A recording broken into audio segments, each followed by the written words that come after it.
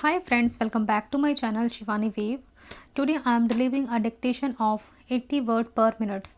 This dictation will be start within next 5 seconds. So please ready.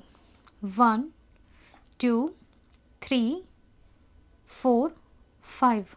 Start. Sir, before the house adjourned for lunch yesterday, I had started speaking on the essential commodities bill. I have got here with me the bill as introduced in the statement of objects and reasons. The government pointed out that in certain cases it might be necessary for them not to award punishment prescribed in the law as it exists at present, but to forfeit a part of the deposit. This relates to minor offences under the Essential Commodities Act. I can quite understand this, and generally, therefore, nobody would oppose this thing, but the question that I wish to raise in this connection before the House is the manner in which this act is being implemented by the government and also by the state governments.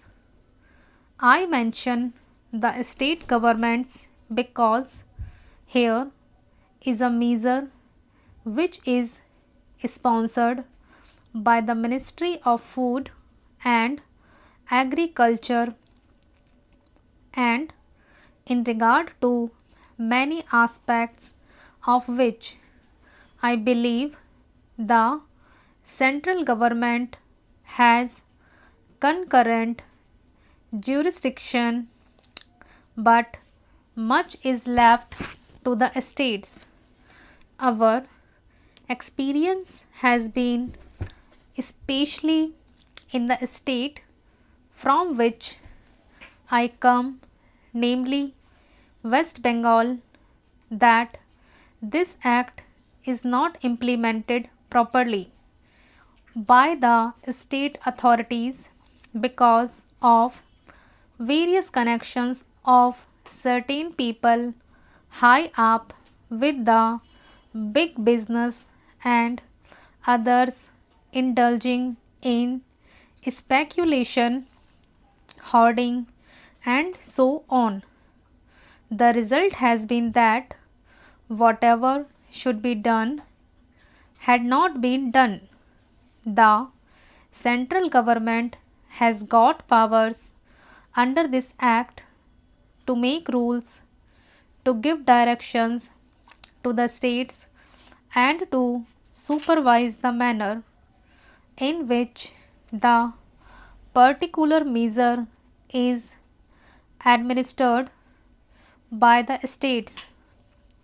We found that much that should have been done was not done.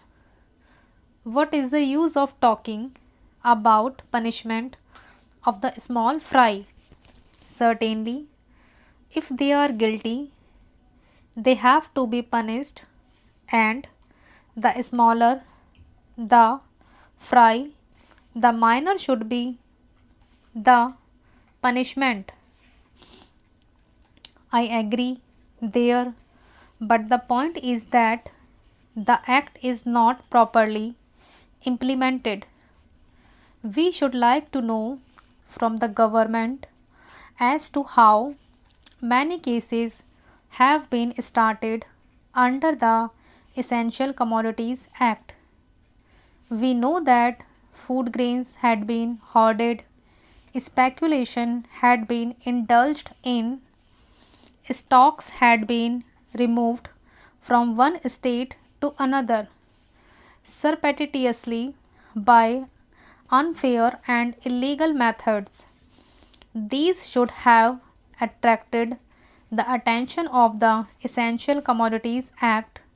The Act was passed in this Parliament with a view to putting a check on speculative rise in prices. When it came to the question of practical implementation of this measure, we found that the government had failed. Now, government should say something about it. When government seeks to amend an act, it should tell us as to how the parent act which is proposed to be amended has been implemented.